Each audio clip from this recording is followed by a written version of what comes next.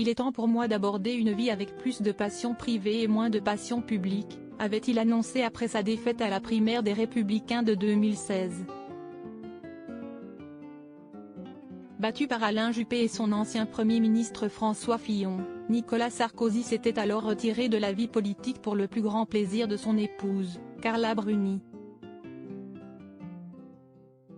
Alors quand l'ancien chef de l'État se rend à l'Assemblée nationale, ce mardi 27 juin, pour un déjeuner en compagnie d'une vingtaine de députés friands de ses conseils, la top modèle de 55 ans s'inquiète d'une éventuelle rechute de son époux en politique.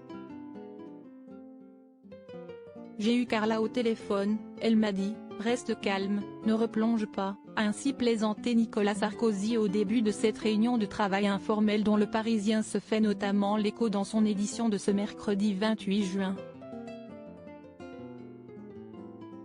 L'ancien président de la République avait été convié par les 18 députés issus de l'aile droite de la majorité présidentielle.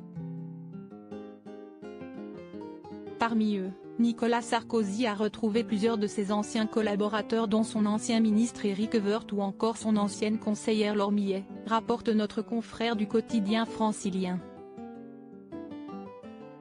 Carla Bruni et Nicolas Sarkozy, leur histoire d'amour en images. Nicolas Sarkozy appelle les Républicains à aider le président. La matrice politique de la France est à droite, les a encouragés l'ancien président des Républicains, LR, auquel il a d'ailleurs appelé sa fidélité.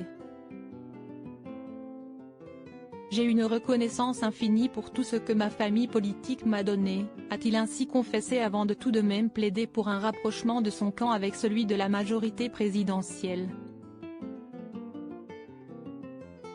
Je ne suis pas macronisé, mais, si on aime son pays, il faut aider le président de la République. Si mes informations sont exactes, Emmanuel Macron a été réélu, les alternatives sont Mélenchon et Le Pen, a tensé Nicolas Sarkozy. Et d'ajouter, à l'intention des macronistes, c'est le plus fort qui tend la main, pas le plus faible qui la prend.